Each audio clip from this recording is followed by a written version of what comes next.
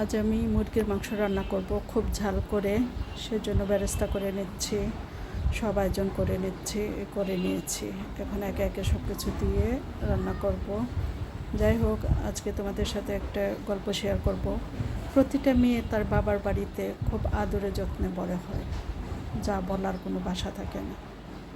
একদিন বড় হয়ে স্বামীর সংসারে চলে যায়।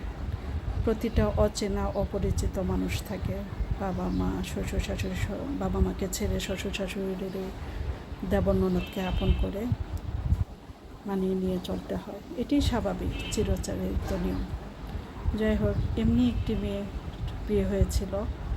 সে তার স্বামীর সংসারে গিয়েছিল। স্বামী বিদেশে ছিল, ছোটো থেকেই বিদেশ ছিল, অনেক দিন বিদেশ ছিল।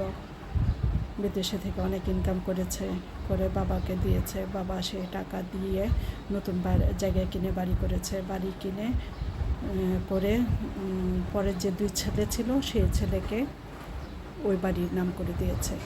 পরে অনেক দিন পরে যখন ছেলেটা আসলো বাড়িতে, এসে জিজ্ঞেস করলো বাবার কাছে টাকা পয়সা কী করলো না করলো, খোঁজ খবর নিল।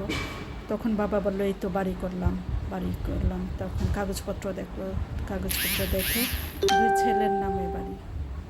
যে টাকা পাঠালো, যে সব কিছু দিল, তার নামে কিছুই নেই, তার বউ বাচ্চাদের নামেও কিচ্ছু নেই। তখন সে এত মর্মাহত হলো যে বাবার নামে টাকা পাঠানোটা কি আমার অপরাধ? বাবার নামে টাকা পাঠালাম আর বাবা যা খুশি তাই করলো, বাবা আমাকে কিছুই দিল না। পরে যখন সে অনেক দুঃখ পেল, তখন বললো, পুরান বাড়িতে তুমি চলে যাও, তুমি তোমার বউ বাচ্চা নিয়ে পুরান বাড়িতে চলে যাও। তখন সে জিজ্ঞেস করলো, আমি পুরান বাড়িতে যাব? সে বাবাকে কিচ্ছু বললো না। কিছু না বললে বউ বাচ্চা নিয়ে আলাদা হয়ে ভাড়া চলে যেয়ে সেখানে সংসার করতে থাকলো, কিন্তু বাবাকে কিচ্ছু বললো না। কিন্তু বাবা কি কাজটা ঠিক করলো? পৃথিবীতে বাবা মাকে বিশ্বাস করবে না তো করবে কাকে? যাই হোক, এখন তো সন্তানরা বড় হয়েছে, তারা তো তার বাবাকে জিজ্ঞেস করে, বাবা তুমি এতদিন বাইরে ছিলা, তা টাকা পয়সা কী করেছ? সেই টাকা পয়সা কই?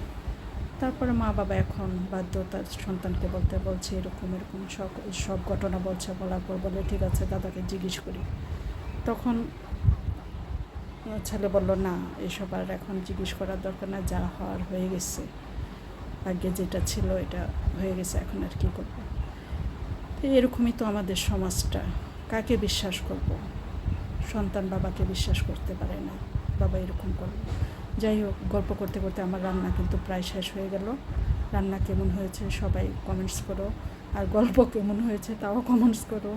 যাই হোক, আমার এখন রিকোয়ারমেন্ট আছে লং ভিডিও, সেই জন্য আমি একটু গল্প বলে ভিডিওটা লং করলাম। যারা আমার ইউটিউব চ্যানেল দেখছো, তারা সাবস্ক্রাইব করো, শেয়ার করো, পাশে থেকো সবাই।